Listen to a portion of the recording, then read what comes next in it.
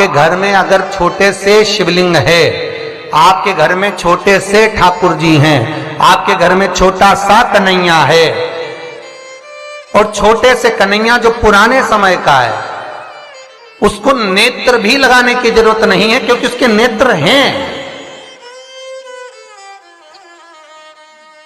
और मान लो तुमने इतना बड़ा कन्हैया ले लिया तो, अरे बोलो तो जम के जरा, और उसका कोई एक नेत्र कहीं गिर गया, एक नेत्र कहीं चले गया, तो फिर दूसरा नेत्र लगाना पड़ेगा कि नहीं लगाना पड़ेगा? और अगर एक नेत्र पर रखोगे तो अच्छा लगेंगे कि ठाकुर जी? नहीं। तो नेत्र होना, जितनी बड़ी मूर्ति होती है, जितना बड़ा स्वरूप होता है, जितना बड़ा शिवलिंग होता है, जितनी बड़ी मूर्ति की स्थापना होती है, उतनी उसमें सेवा की और भाव की जरूरत पड़ती है। और पार्थिव शिवलिंग हो, चाहे घर में शिवलिंग हो, घर में कोई भी मूर्ति हो, वो अंगुष्ठ की आकृति से बड़ी ना हो महाराज। बस इतना बड़ा स्वरूप शंकर का, इतना बड़ा स्वरूप कृष्ण का, इतना बड़ा स्वरूप राम का, तुम्हारे घर में जो भगवान है उसका स्वरूप इतना बड़ा हो। और पुराने हैं और कोई बड़ा स्वरूप है तो पूजन करो, मना नहीं है। अगर पुराना स्वरूप रखा है तो उसको कहीं देकर नहीं आना, आपने को कहीं उनको ठंडा नहीं करना, उनका विसर्जन नहीं करना, रखा है अब सेवा करो।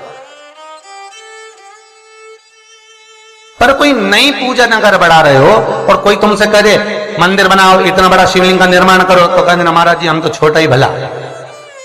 बच्चा जितना छोटा होता है उसको खिला दो, पिला दो, झूले में पटक दो, फिर टाइम पे पहुंचो, झूले में से उठाया, फिर दूध पिलाया, फिर पटक दिया, एक छोटा सा झुनझुना पकड़ा दिया, खेलता रहा। और वही बच्चा जब बड़ा हो गया तो कहीं इधर भगे कहीं उधर भगे, बेचारी माँ आई थी शिव पुराण सुनने के लिए और बेटे ने कार्तिक पुराण सुना दिया, तो कोई सुन पा रहा?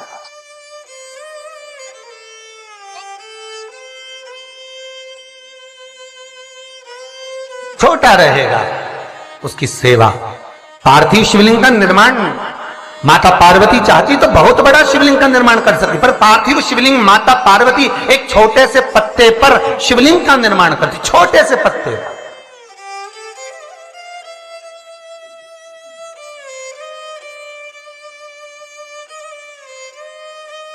महाराज ध्यान दीजिएगा,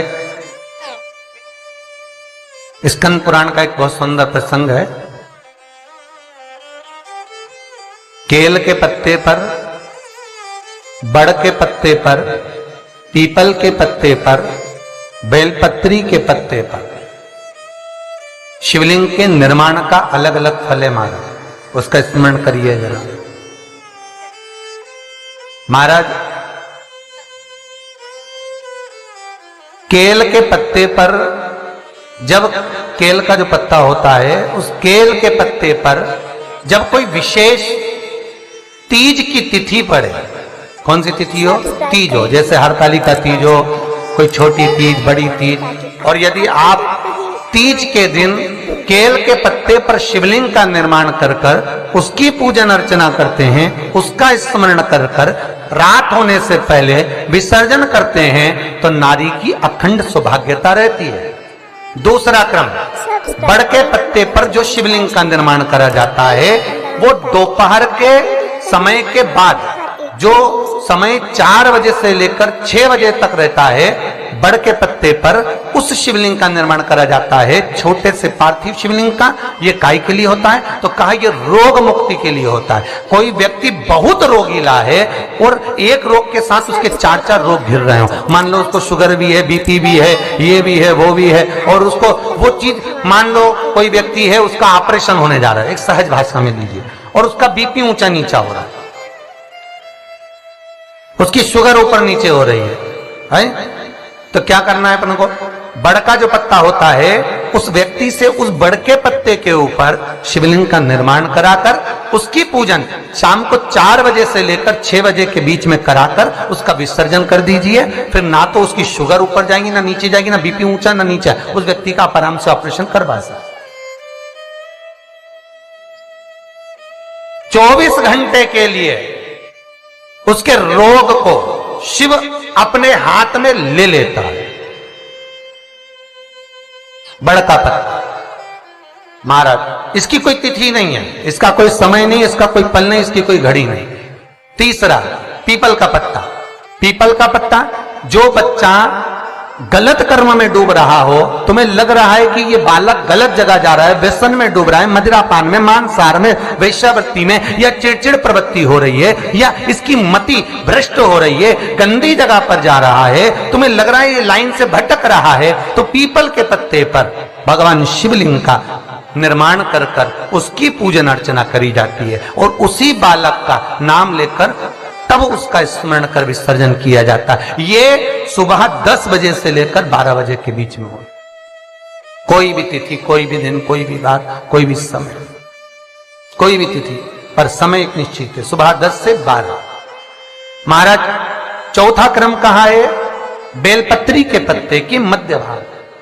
आप विचार करिएगा, बेलपत्री का पत्ता कोई इतना बड़ा तो होता नहीं, बेलपत्री का पत्ता होगा ज्यादा से ज्यादा एक हथेली के बराबर होगा, और बड़ा होगा तो और ज्यादा बड़ा होगा पत्ता। तो बेलपत्री के मध्य भाग में, बेलपत्री के बीच वाले भाग में महाराज जिसका व्यापार नहीं चलता, व्यवसाय नहीं चलता, कोई काम आज की जगह कल हो रहा है, कल की जगह परसों हो रहा है, और काम जरूरी में होना चाहिए, या व्यापार कुछ दिन चल के बंद हो गया, कोई नया लाइन पकड़ रहे हो, नया व्यापार करने जा रहे हो, नया कोई काम करने जा रहे हो, तो बेलपत्री के मध्य भाग पर शिवलिंग का निर्माण करा जाता है। आप विचार करिएगा, जब बेलपत्री का मध्य भाग कितना बड़ा होगा, और उस पर शिवलिंग बनाना, तो एक छोटा सा शिवलिंग का निर्माण।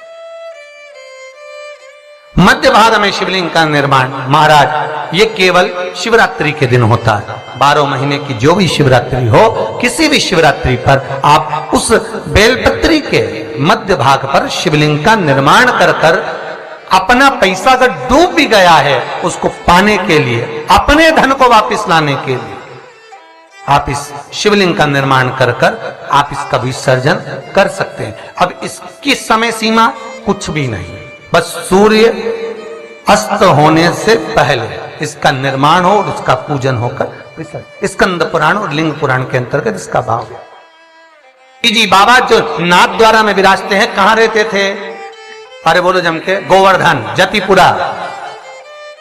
और जब उपद्रवियों ने उपद्रव मचाया, श्री जी बाबा को घास की गाड़ी में छुपाया, लेकर रातों रात ब्रजवासी चले।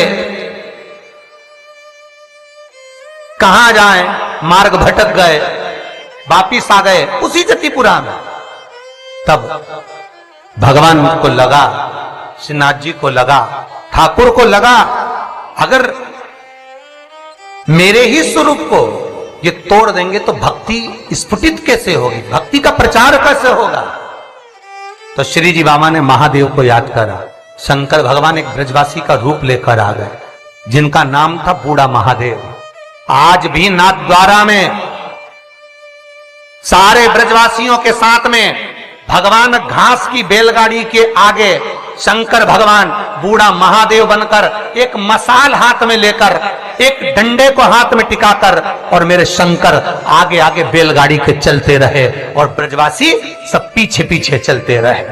सारे ब्रजवासी जो साथ में जाने वाले वो पीछे पीछे सब दूर घूम लिए। तब श्री जी बाबा ने बैलगाड़ी में से झांक कर बूढ़े महादेव को देखा जो आगे चल रहे थे। उनको देखकर कहा, कहां रुकना है? बूढ़ा महादेव कहते हैं, बस यहीं रुकना है, बस यहीं। आज भी नाथ द्वारा में बूढ़ा महादेव है, और नाथ द्वारा में श्रीनाथ जी का दर्शन करने जाओ तो बूढ़ा महादेव का जरूर दर्शन कर कर आना, नहीं तो श्री जी बाबा राजी नहीं होते, भले तुम परम भगवती वैष्णव क्यों ना हो। कई लोग कहते हैं हम शंकर जी के मंदिर नहीं जाते, पर जब तक नाथ द्वारा में जाओ और बूढ़ा महादेव का दर्शन ना करो तो श्रीनाथ जी प्रसन्न नहीं होते। जैसे तिरुपति गए, तिरुमाला में दर्शन करे वेंकटेश भगवान के, और कपिलेश्वर नहीं गए तो भगवान नारायण प्रसन्न नहीं होते।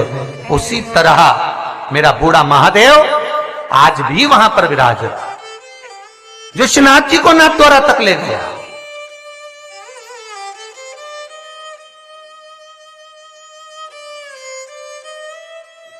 अब कई वैष्णव कहते हैं हम श्रीनाथ जी वाले, हम ठाकुर जी को, हम शंकर जी के, तो शंकर जी तो लेके नाथ द्वारा गए। बाबा स्वयं आगे मसाल जला के ले जा रहे, चलो। और अंदर से ठाकुर जी पूछ रहे हैं कहां रुकूं, तो बस यहीं, जहां बोले वहीं रुकना, क्यों चिंता करना। जब मेरे ठाकुर जी को पूतना दूध पिलाई, भगवान ने बहुत प्रेम से पिया, और जब भगवान को विष देने लगी तो ठाकुर जी को जैसे ही मुख में दूध की जगह विष दिया, ठाकुर जी ने नेत्र बंद कर लिए। कई कथाकारों ने कहा भगवान नेत्र इसलिए बंद कर रहे हैं कि उसको पूतना को पहचान रहा है। तो सब भगवान को पहचानने की क्या जरूरत थी? भगवान जानते थे ये रत्नमाला है, राजा बलि के दरवाजे पे मिली थी, पर भगवान ने नेत्र क्यों बंद करा था? शिव महापुराण की कथा कहती है भगवान नेत्र बंद कर कर पूतना के स्तनों का दूध मुख में रहकर भगवान नेत्र इसलिए बंद करे थे कि शंकर जी को याद कर रहे थे कि हमने तो हमेशा अमृत पिया है, विष तुम्ही ने पिया है, ये मुझे विष पिलाने आई, जल्दी से आओ और मेरे कंठ पर बैठ जाओ। और शंकर भगवान आकर कृष्ण भगवान के कंठ पर बैठ गए और सारा विष शिव पी गए। जब शंकर भगवान विष पी गए, शंकर भगवान को चक्कर आ गए। जो चक्कर आए तो शंकर भगवान चक्कर खाकर नीचे गिर गए। ठाकुर जी ने चरण का प्रहार करा, मानसी गंगा को प्रकट करा और गंगा का जल शंकर भगवान पर छीटा तो शिव जी का नाम चकलेश्वर महादेव पड़ गया, जो आज भी मानसी गंगा के नजदीक में। आज भी गोवर्धन नाथ जी की परिक्रमा करे, ब्रज 84 कोस की परिक्रमा करे तो चकलेश्वर जाना जरूरी है। जो चकलेश्वर महादेव नहीं जाता उसे ब्रज 84 कोस की यात्रा नहीं लगती, उसे गिरिराज बाबा की परिक्रमा नहीं लगती। कई लोग कहते हैं हम तो गोवर्धन नाथ जी जाते हैं, हम तो गिरिराज जी की परिक्रमा करने जाते हैं। हाँ, हम तो गए थे गुरुजी पर हमारा ये काम। क्यों तुम चकलेश्वर नहीं गए होगे? चकलेश्वर जाते, परिक्रमा मार्ग में पड़ता है चकलेश्वर मानसी गंगा का। एक बार चकलेश्वर का दर्शन करते और फिर गोवर्धन नाथ जी से कहते तो बाबा सुनते, क्योंकि उनकी जल्दी सुनी।